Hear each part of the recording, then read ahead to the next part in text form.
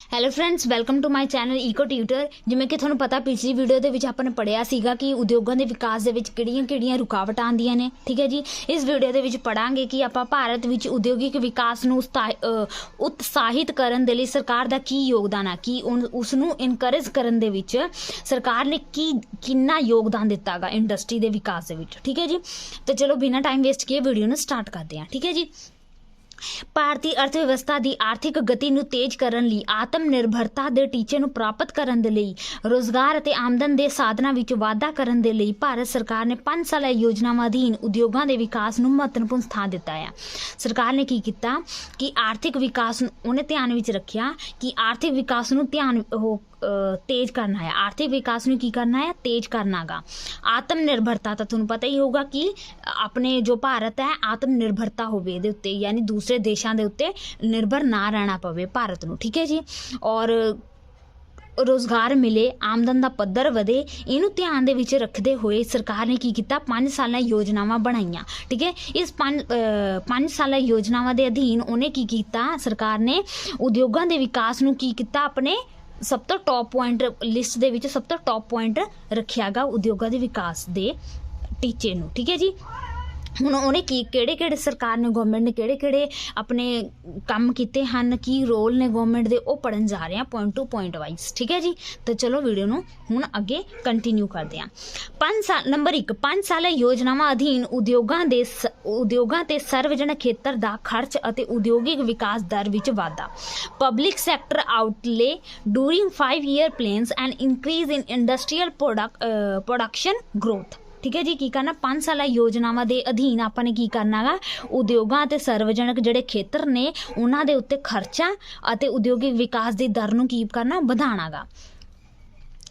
ठीक है जी, तो ये की किया सरकार ने 1951 तो देश विच 5 साला योजनावां शुरू की गई। जिवें कि तुहानूं दस्सिया सीगा कि पहली 5 साला योजना जिहड़ी सी 1951 तो 56 तक बनी सी। उही दस्सी गई है कि 1951 तो जिहड़ी पहली 5 साला योजनावां शुरू होईयां सीगियां। पहली योजना तो लैके 8वीं योजना तक उद्योगां दे विकास लई बहुत वड्डी रकम सार्वजनिक खेत्र विच खर्च की गई। यानी पहली योजना तो लैके 8वीं योजना तक, यानी एवें 5 साला योजना 5 करते हुए 5 साला योजनावां तक की किया गया, बहुत ही ज़्यादा वड्डी रकम नूं किहदे उत्ते खर्च किया गया, उद्योगां दे विकास उत्ते खर्च किया गया, जिस नाल देश विच की होया उद्योगिक विकास की दर की होई, तेज होई। पहली योजना तो 8वीं योजना तक सार्वजनिक खेत्र विच खर्च वाधा दर की हो गया, वध गया खर्च वाधा दर, यानी कि इंडस्ट्री दे उत्ते खर्च करन दा जो दर है वो की हो गया, इंक्रीज़ हो गया। सिट्टे वजों उद्योगिक उत्पादन विकास दर विच भी लगातार वाधा होया। हुण जदों खर्च किया तो उद्योगां दे विच की होया, उहदे विकास वल ध्यान होया, नवीं मशीनरीज लेके आई गई, तो इहदे नाल की होया, प्रोडक्शन दे विच की होया, वाधा होया। क्योंकि आपां नूं पता गा कि जे आपां किसी भी इंडस्ट्री दे विच खर्च करते हैं तो की हुंदा गा, उहदी उत्पादन शक्ति भी वधदी है, इंक्रीज़ हुंदी है। ठीक है जी, पहला की हुंदा सीगा, इंडस्ट्री लगाने तो लगा लेंदे सी, लोगों को पैसा ना होने करके की हुंदे इंडस्ट्री बंद रहिंदी सी या फिर प्रोडक्शन घट हुंदा सीगा।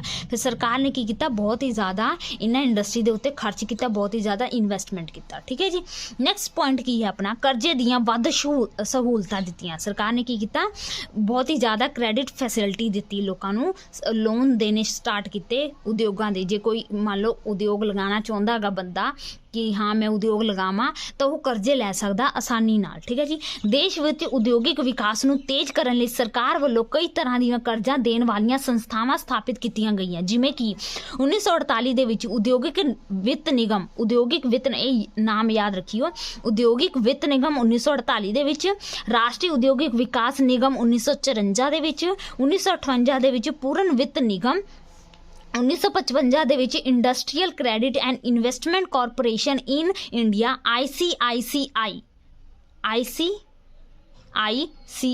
ठीक है जी, 1964 विच industrial development bank of India IDBI। ठीक है जी, यूनिट ट्रस्ट ऑफ इंडिया अते small industries and development corporation of India अजिहियां कई वित्तीय संस्थावां स्थापित कीतियां गईयां हन, जिन्हां द्वारा ਦੀਆਂ ਵਿੱਤ ਸੰਬੰਧੀ ਲੋੜਾਂ ਨੂੰ ਪੂਰਾ ਕਰਨ ਲਈ ਸਰਕਾਰ ਨੇ ਅਜਿਹੇ ਇਹ ਸਾਰੇ ਦੱਸੇ ਗਏ ਨੇ ਜਿਹੜੇ ਵੀ ਫਾਈਨੈਂਸ਼ੀਅਲ ਆਰਗੇਨਾਈਜੇਸ਼ਨ ਸਥਾਪਿਤ ਕੀਤੇ ਗਏ ਨੇ ਸਰਕਾਰ ਦੁਆਰਾ, ਜੋ ਕਿ ਉਦਯੋਗਾਂ ਦੇ ਵਿਕਾਸ ਲਈ ਕੀ ਦਿੰਦੇ ਨੇ, ਕਰਜ਼ੇ ਦਿੰਦੇ ਨੇ। ਠੀਕ ਹੈ ਜੀ, ਇਹ ਨਾਮ ਤੁਸੀਂ ਯਾਦ ਕਰ ਲਿਓ। ਠੀਕ ਹੈ ਜੀ, ਨੈਕਸਟ ਪੁਆਇੰਟ ਕੀ ਹੈ ਆਪਣਾ ਥਰਡ ਪੁਆਇੰਟ, ਬੁਨਿਆਦੀ ਉਦਯੋਗਾਂ ਦੀ ਸਥਾਪਨਾ। ਬੁਨਿਆਦੀ ਉਦਯੋਗ ਕਿਹੜੇ ਹੁੰਦੇ ਨੇ? ਛੋਟੇ ਛੋਟੇ ਉਦਯੋਗ, ਜਿਨ੍ਹਾਂ ਕਰਕੇ ਛੋਟੇ ਉਦਯੋਗਾਂ ਕਰਕੇ ਹੀ ਵੱਡੇ ਵੱਡੇ ਉਦਯੋਗ ਸਥਾਪਿਤ ਹੁੰਦੇ ਨੇ। ਠੀਕ ਹੈ ਜੀ, ਬੁਨਿਆਦੀ ਉਦਯੋਗ। ਠੀਕ ਹੈ ਜੀ, ਜਿਹਦੇ ਬੇਸ ਦੇ ਉੱਤੇ ਵੱਡੇ ਵੱਡੇ ਇੰਡਸਟਰੀ ਦੀ ਆਪਾਂ ਨੀਂਹ ਰੱਖ ਅੱਗੇ ਸਥਾਪਨਾ ਕਰਦੇ ਹਾਂ। ਠੀਕ ਹੈ ਜੀ, ਇਸਟੈਬਲਿਸ਼ਮੈਂਟ ਆਫ ਬੇਸਿਕ ਇੰਡਸਟਰੀ। ਦੇਸ਼ ਵਿੱਚ ਆਰਥਿਕ ਵਿਕਾਸ ਦੀ ਗਤੀ ਨੂੰ ਤੇਜ਼ ਕਰਨ ਲਈ ਭਾਰਤ ਸਰਕਾਰ ਨੇ ਬੁਨਿਆਦੀ ਉਦਯੋਗਾਂ ਦੀ ਸਥਾਪਨਾ ਤੇ ਬਹੁਤ ਹੀ ਜ਼ਿਆਦਾ ਜ਼ੋਰ ਦਿੱਤਾ ਹੈ। ਸਰਵਜਨਕ ਖੇਤਰ ਵਿੱਚ 1951 ਵਿੱਚ ਕੁੱਲ 5 ਇਕਾਈਆਂ ਸਨ ਯਾਨੀ ਸਰਵਜਨਕ ਖੇਤਰ ਦੇ ਵਿੱਚ ਇਹ ਜਿਹੜੇ ਬੁਨਿਆਦੀ ਉਦਯੋਗ ਸੀਗੇ, ਇਹਨਾਂ ਦੀ ਮਾਤਰਾ ਕਿੰਨੀ ਸੀ? 5 ਇਕਾਈਆਂ, ਜਿਹੜੀਆਂ ਕਿ 1996 ਵਿੱਚ ਵੱਧ ਕੇ 264 ਹੋ ਗਈਆਂ। ਦੇਖੋ, ਪਹਿਲਾਂ 1951 ਦੇ ਵਿੱਚ ਕਿੰਨੀ ਸੀ? 5। ਪਹਿਲੀ 5 ਸਾਲਾਂ ਦੇ ਵਿੱਚ ਕਿੰਨੀ ਸੀ? 5। ਠੀਕ ਹੈ ਜੀ, ਉਸ ਤੋਂ ਬਾਅਦ 1996 ਦੇ ਵਿੱਚ ਵੱਧ ਕੇ ਕਿੰਨੀ ਹੋ ਗਈ? 264 ਹੋ ਗਈ। ਠੀਕ ਹੈ ਜੀ, ਇਸੇ ਤਰ੍ਹਾਂ ਪੂੰਜੀ ਨਿਵੇਸ਼ ਯਾਨੀ ਪੂੰਜੀ ਦਾ ਨਿਵੇਸ਼ ਜੋ ਸੀਗਾ 29 ਕਰੋੜ ਤੋਂ ਵੱਧ ਕੇ ਕਿੰਨਾ ਹੋ ਗਿਆ? 29 ਕਰੋੜ ਤੋਂ ਵੱਧ ਕੇ ਕਿੰਨਾ ਹੋ ਗਿਆ? 1,18,492 ਕਰੋੜ ਰੁਪਏ ਹੋ ਗਿਆ। ਨਿੱਜੀ ਖੇਤਰ ਦਾ ਵਿਕਾਸ ਵੀ ਨਾਲੋਂ ਨਾਲ ਵੱਧ ਗਿਆ। ਠੀਕ ਹੈ ਜੀ, ਹੁਣ ਜਦੋਂ ਸਰਵਜਨਕ ਖੇਤਰ ਦਾ ਵਿਕਾਸ ਹੋਊਗਾ ਨਾ, ਯਾਨੀ ਕਿ ਸਰਵਜਨਕ ਜਿਹੜੇ ਉਦਯੋਗ ਨੇ ਉਹਨਾਂ ਦੇ ਵਿਕਾਸ ਹੋਊਗਾ, ਤਾਂ ਨਿੱਜੀ ਖੇਤਰ ਦੇ ਉਦਯੋਗ ਦਾ ਜੋ ਹੈ ਉਹ ਵੀ ਵਿਕਾਸ ਹੋਊਗਾ। ਇਸ ਤਰ੍ਹਾਂ ਭਾਰਤ ਉਦਯੋਗਿਕ ਵਸਤਾਂ ਵਿੱਚ ਆਤਮ ਨਿਰਭਰਤਾ ਹੋ ਗਿਆ। ਇਸ ਤਰ੍ਹਾਂ ਭਾਰਤ ਕੀ ਹੋ ਗਿਆ? ਉਦਯੋਗਿਕ ਉਪਭੋਗੀ ਹੁੰਦਾ ਵਾ। ਉਦਯੋਗਾਂ ਦੇ ਵਿੱਚ ਜੋ ਵੀ ਵਸਤੂਆਂ ਬਣਾਈਆਂ ਜਾਂਦੀਆਂ ਨੇ ਉਪਭੋਗ ਕਰਨ ਦੇ ਲਈ, ਉਹਦੇ ਵਿੱਚ ਕੀ ਹੋ ਗਿਆ? ਆਤਮ ਸੰਪੰਨ ਹੋ ਗਿਆ, ਆਤਮ ਨਿਰਭਰਤਾ ਪ੍ਰਾਪਤ ਹੋ ਗਈ। ਠੀਕ ਹੈ ਜੀ, ਤਾਂ ਸਰਕਾਰ ਨੇ ਕੀ ਕੀਤਾ ਗਾ? ਬੇਸਿਕ ਇੰਡਸਟਰੀ ਦੀ ਇਸਟੈਬਲਿਸ਼ਮੈਂਟ ਕੀਤੀ। ਠੀਕ ਹੈ ਜੀ, ਨੈਕਸਟ ਆਪਣਾ ਪੁਆਇੰਟ ਕੀ ਹੈ? ਆਵਾਜਾਈ ਦੇ ਸਾਧਨਾਂ ਦਾ ਵਿਕਾਸ। ਠੀਕ ਹੈ, ਸਰਕਾਰ ਨੇ ਕੀ ਕੀਤਾ? ਆਵਾਜਾਈ ਸਾਧਨਾਂ ਦੇ ਵਿਕਾਸ ਦੇ ਉੱਤੇ ਜ਼ਿਆਦਾ ਜ਼ੋਰ ਦਿੱਤਾ, ਜ਼ਿਆਦਾ ਖਰਚੇ ਕੀਤੇ। ਉਦਯੋਗਿਕ ਵਿਕਾਸ ਲਈ ਆਵਾਜਾਈ ਦੇ ਸਾਧਨਾਂ ਦਾ ਬਹੁਤ ਹੀ ਜ਼ਿਆਦਾ ਮਹੱਤਵ ਹੁੰਦਾ ਹੈ। ਇਸ ਲਈ ਦੇਸ਼ ਵਿੱਚ ਆਵਾਜਾਈ ਦੇ ਸਾਧਨਾਂ ਦਾ ਬਹੁਤ ਹੀ ਜ਼ਿਆਦਾ ਵਿਕਾਸ ਕੀਤਾ ਗਿਆ ਤਾਂ ਜੋ ਉਦਯੋਗਾਂ ਦਾ ਵਿਕੇਂਦਰੀਕਰਨ ਕੀਤਾ ਜਾ ਸਕੇ ਅਤੇ ਉਹਨਾਂ ਦਾ ਮਾਲ ਦੂਰ ਦਰਾਡੇ ਸਥਾਨਾਂ ਤੱਕ ਮਤਲਬ ਉਦਯੋਗਾਂ ਨੂੰ ਜ਼ਿਆਦਾ ਤੋਂ ਜ਼ਿਆਦਾ ਸਥਾਪਿਤ ਕੀਤਾ ਗਿਆ ਤਾਂ ਜੋ ਟਰਾਂਸਪੋਰਟ ਦਾ ਜ਼ਿਆਦਾ ਤੋਂ ਜ਼ਿਆਦਾ ਵਿਕਾਸ ਕੀਤਾ ਗਿਆ ਤਾਂ ਜੋ ਉਹ ਆਪਣੇ ਪ੍ਰੋਡਕਟ ਨੂੰ ਇੱਕ ਥਾਂ ਤੋਂ ਬਣਾ ਕੇ ਦੂਸਰੇ ਥਾਂ ਤੱਕ ਭੇਜ ਸਕਣ, ਜ਼ਿਆਦਾ ਤੋਂ ਜ਼ਿਆਦਾ ਆਪਣੇ ਪ੍ਰੋਡਕਟਸ ਨੂੰ ਦੂਸਰੇ ਦੇਸ਼ ਦੇ ਬਾਜ਼ਾਰ ਦੇ ਵਿੱਚ ਕੀ ਕਰਨ? ਪਹੁੰਚਾ ਸਕਣ। ਕਿਉਂਕਿ ਪਹਿਲਾਂ ਦੇਖਿਆ ਸੀ ਨਾ ਕਿ ਜ਼ਿਆਦਾ ਉਦਯੋਗ ਕੁਝ ਖੇਤਰ ਦੇ ਵਿੱਚ, ਵਿਕਾਸ ਵਾਲੇ ਖੇਤਰ ਦੇ ਵਿੱਚ ਹੀ ਲੱਗੇ ਸੀ, ਜਿਵੇਂ ਮੁੰਬਈ, ਕਲਕੱਤਾ, ਕਰਨਾਟਕ। ਠੀਕ ਹੈ ਜੀ, ਤਾਂ ਇਹਨਾਂ ਨੂੰ ਆਪਣਾ ਮਾਲ ਪਿਛੜੇ ਹੋਏ ਇਲਾਕਿਆਂ ਦੇ ਵਿੱਚ ਭੇਜਣ ਦੇ ਲਈ ਖਰਚਾ ਆਉਂਦਾ ਸੀ ਟਰਾਂਸਪੋਰਟ ਦਾ। ਤਾਂ ਹੁਣ ਜਦੋਂ ਟਰਾਂਸਪੋਰਟ ਦਾ ਵਿਕਾਸ ਹੋ ਗਿਆ ਤਾਂ ਇਹ ਖਰਚਾ ਕੀ ਹੋ ਗਿਆ? ਕਾਫੀ ਮਾਤਰਾ ਦੇ ਵਿੱਚ ਘਟ ਗਿਆ। ਠੀਕ ਹੈ ਜੀ, ਬਿਜਲੀ ਖੇਤਰ ਦਾ ਵਿਕਾਸ, ਡਿਵੈਲਪਮੈਂਟ ਆਫ ਪਾਵਰ ਸੈਕਟਰ। ਠੀਕ ਹੈ ਜੀ, ਉਦਯੋਗਾਂ ਦੇ ਵਿਕਾਸ ਲਈ ਸਸਤੀ ਬਿਜਲੀ ਸ਼ਕਤੀ ਦਾ ਹੋਣਾ ਜ਼ਰੂਰੀ ਹੈ। ਇਸ ਮਹੱਤਵ ਦੇ ਲਈ 5 ਸਾਲਾਂ ਯੋਜਨਾਵਾਂ ਅਧੀਨ ਬਿਜਲੀ ਦਾ ਉਤਪਾਦਨ ਵਧਾਉਣ ਲਈ ਬਹੁਪੱਖੀ ਯੋਜਨਾਵਾਂ ਤੇ ਤਾਪ ਬਿਜਲੀ ਘਰਾਂ ਦੀ ਸਥਾਪਨਾ ਕੀਤੀ ਗਈ। ਇਹਦੇ ਲਈ ਕੀ ਕੀਤਾ ਗਿਆ? ਬਹੁਪੱਖੀ ਯੋਜਨਾ। ਬਹੁਪੱਖੀ ਮਤਲਬ ਜਿਹੜਾ ਕਿ ਸਾਰਿਆਂ ਦੇ ਵਿਕਾਸ ਦੇ ਲਈ ਯੋਜਨਾਵਾਂ ਬਣਾਈਆਂ ਗਈਆਂ। ਠੀਕ ਹੈ ਜੀ, ਤੇ ਤਾਪ ਬਿਜਲੀ ਘਰਾਂ ਦੀ ਸਥਾਪਨਾ ਕੀਤੀ ਗਈ ਜਿੱਥੇ ਆਪਾਂ ਨੂੰ ਬਿਜਲੀ ਬਣਾਈ ਜਾ ਸਕੇ। ਠੀਕ ਹੈ ਜੀ, ਬਿਜਲੀ ਦਾ ਉਤਪਾਦਨ 1951 ਵਿੱਚ 5.1 ਬਿਲੀਅਨ ਕਿਲੋਵਾਟ ਤੋਂ ਵਧਾ ਕੇ ਸਨ 1996 ਵਿੱਚ 296.7 ਬਿਲੀਅਨ ਕਿਲੋਵਾਟ ਹੋ ਗਿਆ। ਯਾਨੀ ਕਿ ਦੇਖੋ ਪ੍ਰੋਡਕਸ਼ਨ ਬਿਜਲੀ ਦਾ ਕਿੰਨਾ ਵੱਧ ਗਿਆ। ਠੀਕ ਹੈ ਜੀ, ਬਿਜਲੀ ਦੇ ਉਤਪਾਦਨ ਦੇ ਵਧਣ ਦੇ ਨਾਲ ਉਦਯੋਗਾਂ ਦੇ ਵਿੱਚ ਜੋ ਸ਼ਕਤੀ ਦੀਆਂ ਲੋੜਾਂ ਸੀਗੀਆਂ ਉਹ ਕੀ ਹੋ ਗਈਆਂ? ਕਾਫੀ ਮਾਤਰਾ ਦੇ ਵਿੱਚ ਪੂਰੀਆਂ ਹੋ ਗਈਆਂ। ਠੀਕ ਹੈ ਜੀ, 6th ਪੁਆਇੰਟ ਕੀ ਹੈ? ਅਵਿਸ਼ਕਾਰਾਂ ਦੀ ਉન્નਤੀ ਅਤੇ ਅਵਿਸ਼ਕਾਰਾਂ यानी कि रिसर्च, आयात प्रतिस्थापन। ठीक है जी, ज़्यादा इन्वेंशन प्रमोशन।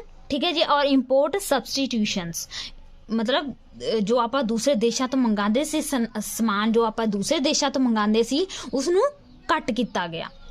ठीक है जी, सबसटीट्यूशन किया गया। देश विच अविष्कारां दी उन्नति लई 1960 विच अविष्कार उन्नति board invention promotion invention promotion board ਦੀ ਸਥਾਪਨਾ ਕੀਤੀ ਗਈ, ਜਿਸ ਦਾ ਮੁੱਖ ਉਦੇਸ਼ ਆਵਿਸ਼ਕਾਰਾਂ ਨੂੰ ਵਿੱਤੀ ਅਤੇ ਤਕਨੀਕੀ ਸਹਾਇਤਾ ਦੇਣਾ ਸੀ। ਮਤਲਬ ਜੋ ਇਨਵੈਂਸ਼ਨ ਪ੍ਰਮੋਸ਼ਨ ਸੀਗੇ ਇਹ ਇਸ ਕਰਕੇ ਸਥਾਪਿਤ ਕੀਤੇ ਗਏ ਤਾਂ ਜੋ ਮੁੱਖ ਉਦਯੋਗ ਜਿਹੜੇ ਨੇ ਉਹਨਾਂ ਨੂੰ ਵਿੱਤੀ ਅਤੇ ਤਕਨੀਕ ਦੀ ਜੋ ਵੀ ਲੋੜ ਹੁੰਦੀ ਹੈ ਉੱਥੋਂ ਉਹਨਾਂ ਨੂੰ ਪ੍ਰੋਵਾਈਡ ਕੀਤੀ ਜਾ ਸਕੇ।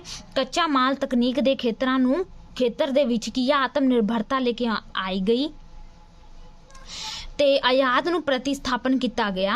ਠੀਕ ਹੈ ਜੀ, ਇਸ ਦੀ ਸਥਾਪਨਾ ਕੀਤੀ ਗਈ ਜਿਸ ਨਾਲ ਮੁੱਖ ਕੰਮ ਆਯਾਤ ਅਜਿਹੇ ਮਤਲਬ ਕਿ ਆਯਾਤ ਪ੍ਰਤੀਸਥਾਪਨ ਬੋਰਡ ਸਥਾਪਿਤ ਕੀਤੇ ਗਏ ਜੋ ਕਿ ਆਯਾਤ ਨੂੰ ਕੀ ਕਰਦੇ ਸੀ, ਕੰਟਰੋਲ ਕਰਕੇ ਰੱਖਦੇ ਸੀਗੇ।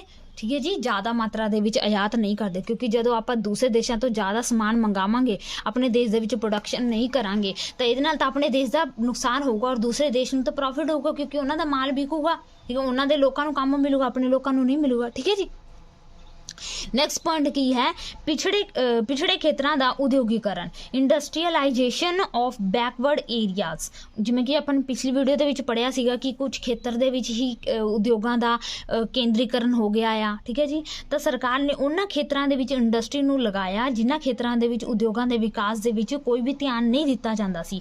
ਉਹਨਾਂ ਲੋਕਾਂ ਨੂੰ ਕੀ ਕੀਤਾ, ਸਬਸਿਡੀ ਦਿੱਤੀ, ਰਿਆਇਤੀ ਦਰਾਂ ਤੇ ਕਰਜ਼ਾ ਦੇਣਾ ਸਟਾਰਟ ਕੀਤਾ, ਉਹਨਾਂ ਨੂੰ ਕਰਾਂ ਦੀ ਛੋਟ ਦਿੱਤੀ, ਯਾਨੀ ਉਹਦੇ ਉੱਤੇ ਕਰ ਲਗਾਉਣ ਉਹਨਾਂ ਨੇ ਕੀ ਕੀਤਾ, ਸਰਕਾਰ ਨੇ ਪਿਛੜੇ ਖੇਤਰ ਦੇ ਜੋ ਲੋਕ ਸੀਗੇ ਉਹਨਾਂ ਨੂੰ ਕਿਹਾ ਕਿ ਅਸੀਂ ਤੁਹਾਨੂੰ ਸਬਸਿਡੀ ਦੇਵਾਂਗੇ, ਤੁਹਾਨੂੰ ਕਰਜ਼ਾ ਵੀ ਸਸਤਾ ਦੇਵਾਂਗੇ, ਕਰ ਵੀ ਨਹੀਂ ਜ਼ਿਆਦਾ ਲਗਾਵਾਂਗੇ, ਟੈਕਸ ਜ਼ਿਆਦਾ ਨਹੀਂ ਲਗਾਵਾਂਗੇ। ਠੀਕ ਹੈ, ਬਿਜਲੀ ਦੀ ਸਪਲਾਈ ਵੀ ਤੁਹਾਨੂੰ ਦੇਵਾਂਗੇ, ਕੱਚਾ ਮਾਲ ਦੀ ਸਪਲਾਈ ਵੀ ਦੇਵਾਂਗੇ। ਠੀਕ ਹੈ ਜੀ, ਤੁਸੀਂ ਕੀ ਕਰੋ, ਇੰਡਸਟਰੀ ਲਗਾਓ ਤਾਂ ਜੋ ਤੁਹਾਡੇ ਖੇਤਰ ਦਾ ਵਿਕਾਸ ਹੋਵੇ, ਤੁਸੀਂ ਵੀ ਕੀ ਕਰੋ, ਦੂਸਰੇ ਦੇਸ਼ਾਂ ਨੂੰ ਸਮਾਨ ਬਣਾ ਕੇ ਵੇਚ ਸਕੋ। ਠੀਕ ਹੈ ਜੀ, ਸਰਬਪੱਖੀ ਵਿਕਾਸ ਕੀਤਾ ਸਰਕਾਰ ਨੇ, ਕਹਿਣ ਦਾ ਮਤਲਬ। ਠੀਕ ਹੈ ਜੀ, ਬਿਮਾਰ ਉਦਯੋਗਿਕ ਇਕਾਈਆਂ ਨੂੰ ਮੁੜ ਬਹਾਲ ਕਰਨਾ। ਠੀਕ ਹੈ ਜੀ, ਹੁਣ ਜਿਵੇਂ ਤੁਹਾਨੂੰ ਮੈਂ ਦੱਸਿਆ ਸੀਗਾ ਕਿ ਕਈ ਇੰਡਸਟਰੀ ਤਾਂ ਸਥਾਪਿਤ ਕਰਨ ਨੂੰ ਕਰ ਲੈਂਦੇ ਨੇ ਪਰ ਪੈਸੇ ਨਾ ਹੋਣ ਦੀ ਵਜ੍ਹਾ ਨਾਲ ਉਹ ਬੰਦ ਰਹਿ ਜਾਂਦੇ ਨੇ ਜਾਂ ਫਿਰ ਕੀ ਹੁੰਦਾ ਗਾ ਉਹਨਾਂ ਦੀ ਪ੍ਰੋਡਕਸ਼ਨ ਜ਼ਿਆਦਾ ਨਹੀਂ ਹੋ ਪਾਉਂਦੀ। ਤਾਂ ਸਰਕਾਰ ਨੇ ਉਹਨਾਂ ਉਦਯੋਗਾਂ ਨੂੰ ਕੀ ਕੀਤਾ, ਕਰਜ਼ਾ ਦੇਣਾ ਸਟਾਰਟ ਕੀਤਾ ਜਾਂ ਫਿਰ ਉਹਨਾਂ ਨੂੰ ਸਹੂਲਤ ਦਿੱਤੀ, ਅਜਿਹੀ ਸਹੂਲਤ ਦਿੱਤੀ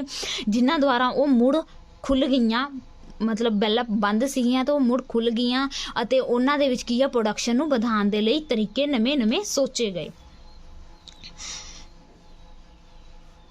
ਬਿਮਾਰ ਉਦਯੋਗਿਕ ਇਕਾਈਆਂ ਨੂੰ ਮੁੜ ਬਹਾਲ ਕਰਨ ਲਈ ਉਦਯੋਗਿਕ ਵਿੱਤ ਅਤੇ ਪੁਨਰ ਨਿਰਮਾਣ ਬੋਰਡ ਅਤੇ ਰਾਸ਼ਟਰੀ ਬਹਾਲ ਫੰਡ ਸਥਾਪਿਤ ਕੀਤੇ ਗਏ। ਉਦਾਹਰਨ ਵਜੋਂ ਸੂਤੀ ਕੱਪੜੇ ਦੀਆਂ 125 ਬਿਮਾਰ ਮਿਲਾਂ ਦੇ ਪ੍ਰਬੰਧ ਨੂੰ ਸਰਕਾਰ ਨੇ ਆਪਣੇ ਹੱਥ ਦੇ ਵਿੱਚ ਲੈ ਲਿਆ। ਉਦਾਹਰਨ ਦਿੱਤੀ ਆ ਕਿ 125 ਸੂਤੀ ਕੱਪੜੇ ਬਣਾਉਣ ਵਾਲੀਆਂ ਇੰਡਸਟਰੀ ਸੀਗੀਆਂ, ਉਹਨਾਂ ਨੂੰ ਕੀ ਕੀਤਾ, ਸਰਕਾਰ ਨੇ ਆਪਣੇ ਕੰਟਰੋਲ ਅੰਦਰ ਲੈ ਲਿਆ, ਯਾਨੀ ਆਪਣੇ ਹੱਥ ਦੇ ਵਿੱਚ ਲੈ ਲਿਆ। ਇਹਨਾਂ ਦਾ ਪ੍ਰਬੰਧ ਕਰਨ ਲਈ ਰਾਸ਼ਟਰੀ ਟੈਕਸਟਾਈਲ ਨਿਗਮ, ਠੀਕ ਹੈ ਜੀ, ਨੈਸ਼ਨਲ ਟੈਕਸਟਾਈਲ ਕਾਰਪੋਰੇਸ਼ਨ ਸਥਾਪਿਤ ਕੀਤੀ ਗਈ। ਇਸੇ ਤਰ੍ਹਾਂ ਸਰਵਜਨਕ ਖੇਤਰ ਦੀਆਂ 58 ਉਦਯੋਗਿਕ ਇਕਾਈਆਂ ਜੋ ਘਾਟੇ ਦੇ ਵਿੱਚ, ਇਸੇ ਤਰ੍ਹਾਂ ਜਿਹੜੇ ਸਰਵਜਨਕ ਖੇਤਰ ਦੇ ਵਿੱਚ ਜੋ 58 ਉਦਯੋਗਿਕ ਇਕਾਈਆਂ ਘਾਟੇ ਦੇ ਵਿੱਚ ਜਾ ਰਹੀਆਂ ਸਨ ਉਸ ਨੂੰ ਕੀ ਕੀਤਾ ਗਿਆ, ਮੁੜ ਸ਼ੁਰੂ ਕੀਤਾ ਗਿਆ, ਮੁੜ ਬਹਾਲ ਕਰਨ ਦੇ ਲਈ ਕਾਰਵਾਈ ਕੀਤੀ ਗਈ। 1992-93 ਦੇ ਵਿੱਚ ਨੈਸ਼ਨਲ ਰੀਨਿਊਵਲ ਫੰਡ ਨੂੰ ਅੰਤਰਰਾਸ਼ਟਰੀ ਵਿਕਾਸ ਏਜੰਸੀ ਵੱਲੋਂ 500 ਕਰੋੜ ਰੁਪਏ ਦਾ ਕਰਜ਼ਾ ਰਿਆਇਤੀ ਦਰਾਂ ਦੇ ਉੱਤੇ ਦਿੱਤਾ ਗਿਆ। ਠੀਕ ਹੈ ਜੀ, ਨੈਕਸਟ ਪੁਆਇੰਟ ਆਪਣਾ ਕੀ ਹੈ, ਤਕਨੀਕ ਵਿਕਾਸ ਬੋਰਡ ਦੀ ਸਥਾਪਨਾ। ਠੀਕ ਹੈ ਜੀ, ਇਸਟੈਬਲਿਸ਼ਮੈਂਟ ਆਫ ਟੈਕਨੀਕਲ ਡਿਵੈਲਪਮੈਂਟ ਬੋਰਡ। ਸਨ 1976 ਵਿੱਚ ਤਕਨੀਕੀ ਵਿਕਾਸ ਬੋਰਡ ਦੀ ਸਥਾਪਨਾ ਕੀਤੀ ਗਈ। ਇਸ ਦਾ ਮੁੱਖ ਮਹੱਤਵ ਕੀ ਸੀ, ਉਦਯੋਗਿਕ ਇਕਾਈਆਂ ਨੂੰ ਆਧੁਨਿਕੀਕਰਨ ਅਤੇ ਉੱਚ ਪੱਧਰੀ ਤਕਨੀਕੀ ਅਪਗ੍ਰੇਡ ਆਫ ਟੈਕਨੋਲੋਜੀ ਅਪਣਾਉਣ ਦੇ ਯੋਗ ਬਣਾਉਣ ਦੇ ਲਈ ਵਿਦੇਸ਼ਾਂ ਤੋਂ ਪੂੰਜੀ ਵਸਤਾਂ ਤਕਨੀਕੀ ਜਾਣਕਾਰੀ, ਡਰਾਇੰਗ ਅਤੇ ਡਿਜ਼ਾਈਨ ਅਤੇ ਸਲਾਹਕਾਰ ਸੇਵਾਵਾਂ ਸੰਬੰਧੀ ਸਹਾਇਤਾ ਲੈਣ ਲਈ ਖੁੱਲ੍ਹ ਦਿੱਤੀ ਗਈ। ਇਹਦੇ ਵਿੱਚ ਸਰਕਾਰ ਨੇ ਕੀ ਕੀਤਾ ਕਿ ਮੰਨ ਲਓ ਕੋਈ ਇੰਡਸਟਰੀ ਭਾਰਤ ਦੇ ਵਿੱਚ ਲੱਗੀ ਹੈ, ਉਹਨੂੰ ਕੋਈ ਵੀ ਅਜਿਹਾ ਕਿਸੇ ਵੀ ਵਸਤੂ ਦੇ ਵਿਕਾਸ ਦੇ ਲਈ ਜਾਂ ਪ੍ਰੋਡਕਸ਼ਨ ਕਰਨ ਦੇ ਲਈ ਡਰਾਇੰਗ, ਡਿਜ਼ਾਈਨ, ਕੋਈ ਵੀ ਸਲਾਹਕਾਰ, ਕੋਈ ਵੀ ਕੁਝ ਚਾਹੀਦਾ ਗਾ ਤਾਂ ਕੀ ਕਰ ਸਕਦਾ ਗਾ, ਇਹਦੇ ਸੰਬੰਧੀ ਸਹਾਇਤਾ ਦਿੱਤੀ ਗਈ ਉਹਨੂੰ। ਹਰ ਉਦਯੋਗਿਕ ਇਕਾਈ ਨੂੰ 2 ਕਰੋੜ ਰੁਪਏ ਪ੍ਰਤੀ ਸਾਲ ਉੱਚ ਤਕਨੀਕੀ ਸੰਬੰਧੀ ਲੋੜੀਂਦੀਆਂ ਵਸਤਾਂ ਦਰਾਮਦ ਕਰਨ ਦੀ ਸੀਮਾ ਨਿਸ਼ਚਿਤ ਕਰ ਦਿੱਤੀ ਗਈ। ਯਾਨੀ 2 ਕਰੋੜ ਦੀ ਸੀਮਾ ਨਿਸ਼ਚਿਤ ਕਰ ਦਿੱਤੀ ਗਈ ਤਾਂ ਜੋ ਉਹ ਉੱਚ ਤਕਨੀਕ ਨੂੰ ਕੀ ਕਰ ਸਕਣ, ਉੱਚ ਤਕਨੀਕ ਦੀਆਂ ਜੋ ਸੇਵਾਵਾਂ ਨੇ ਉਹਨੂੰ ਪ੍ਰਾਪਤ ਕਰ ਸਕਣ।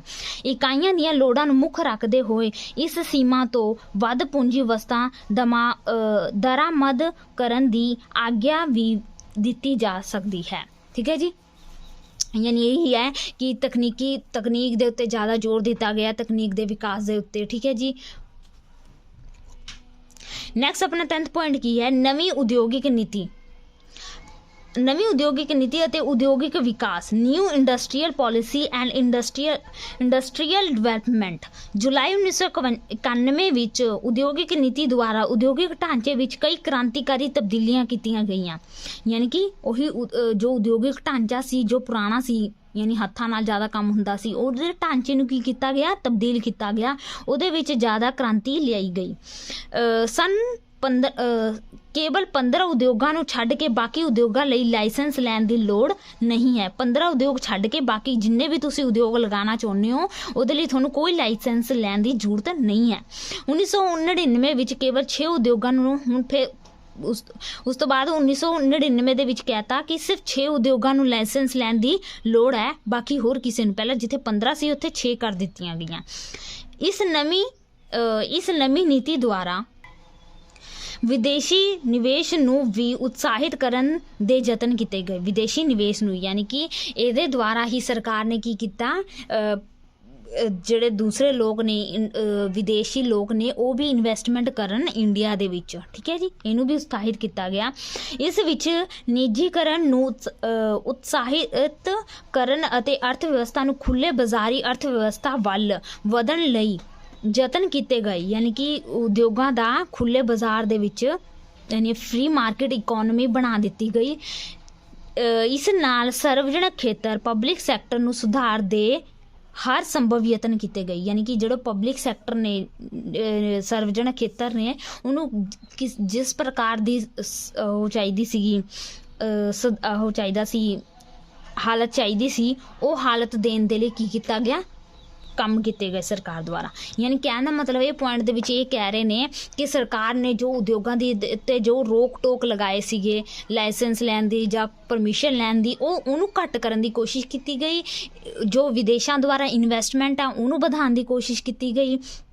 ਠੀਕ ਹੈ ਜੀ, ਹੁਣ ਜੋ ਉਦਯੋਗਾਂ ਨੂੰ ਆਪਣਾ ਸਮਾਨ ਵੇਚਣ ਦੇ ਵਿੱਚ ਸਰਕਾਰ ਤੋਂ ਪਰਮਿਸ਼ਨ ਵਗੈਰਾ ਲੈਣੀ ਪੈਂਦੀ ਸੀਗੀ, ਉਹਨਾਂ ਦੇ ਉੱਤੇ ਕਈ ਪ੍ਰਕਾਰ ਦੀ ਉਹ ਲਗਾਏ ਜਾਂਦੇ ਸੀ ਰੋਕ ਟੋਕ, ਉਹਨੂੰ ਖਤਮ ਕੀਤਾ ਗਿਆ, ਗਲੋਬਲਾਈਜੇਸ਼ਨ ਕੀਤਾ ਗਿਆ। ਠੀਕ ਹੈ ਜੀ, ਇਹ ਪੁਆਇੰਟ ਦੇ ਵਿੱਚ ਇਹ ਦੱਸਣ ਦੀ ਕੋਸ਼ਿਸ਼ ਕੀਤੀ ਗਈ ਹੈ।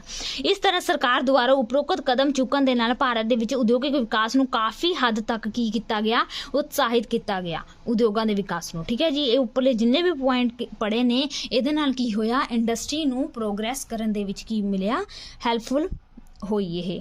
ਠੀਕ ਹੈ ਜੀ, ਜਿਸ ਨਾਲ ਉਦਯੋਗਿਕ ਵਸਤਾਂ ਵਿੱਚ ਲਗਭਗ ਹੁਣ ਕੀ ਹੈ, ਆਪਣਾ ਦੇਸ਼ ਜੋ ਹੈ ਕਾਫੀ ਹੱਦ ਤੱਕ ਕੀ ਹੈ, ਆਤਮ ਨਿਰਭਰ ਬਣ ਗਿਆ ਹੈ। ਹੁਣ ਜ਼ਿਆਦਾ ਆਪਾਂ ਨੂੰ ਦੂਸਰੇ ਦੇਸ਼ਾਂ ਤੋਂ ਮੰਗਵਾਉਣ ਦੀ, ਆਯਾਤ ਕਰਨ ਦੀ ਜ਼ਰੂਰਤ ਨਹੀਂ ਹੈ। ਠੀਕ ਹੈ ਜੀ, ਇਸ ਵੀਡੀਓ ਦੇ ਵਿੱਚ ਇੰਨਾ ਹੀ, ਕਿਉਂਕਿ ਆਪਣਾ ਜੋ ਹੈ 4th ਚੈਪਟਰ ਜੋ ਇਕਨੋਮਿਕਸ ਦਾ ਲਾਸਟ ਚੈਪਟਰ ਸੀ ਉਹ ਇੱਥੇ ਖਤਮ ਹੋ ਜਾਂਦਾ ਗਾ, ਉਹਦਾ 4th ਚੈਪਟਰ। ਠੀਕ ਹੈ ਜੀ, ਨੈਕਸਟ ਵੀਡੀਓ ਦੇ ਵਿੱਚ ਆਪਾਂ ਇਹਦੇ ਕੁਐਸਚਨ ਆਨਸਰ ਨੂੰ, ਸ਼ਾਰਟ ਕੁਐਸਚਨ ਆਨਸਰ, ਲੌਂਗ ਕੁਐਸਚਨ ਆਨਸਰ ਡਿਸਕਸ ਕਰ ਲਾਂਗੇ। ਫਿਰ ਉਸ ਤੋਂ ਬਾਅਦ ਇਹ ਜੋ ਆਪਣਾ ਇਕਨੋਮਿਕਸ ਦਾ ਪੂਰਾ ਚੈਪਟਰ ਥੇ ਜੋ 4, ਉਹ ਪੂਰੇ ਖਤਮ ਹੋ ਜਾਣਗੇ। ਆਈ ਹੋਪ ਤੁਹਾਨੂੰ ਇੱਥੇ ਤੱਕ ਸਾਰੀ ਵੀਡੀਓ ਸਮਝ ਆ ਗਈ ਹੋਗੀ। ਜਿੰਨੇ ਵੀ ਲੈਸਨ ਦੀ ਮੈਂ ਵੀਡੀਓ ਪਾਈਆਂ ਹਨ ਉਹਦੇ ਵਿੱਚ ਤੁਹਾਨੂੰ ਥੋੜੀ ਵੀ ਅਗਰ ਹੈਲਪਫੁਲ ਹੋਗੀ ਤਾਂ ਪਲੀਜ਼ ਮੇਰੀ ਵੀਡੀਓ ਨੂੰ ਲਾਈਕ ਸਬਸਕ੍ਰਾਈਬ ਜ਼ਰੂਰ ਕਰਿਓ।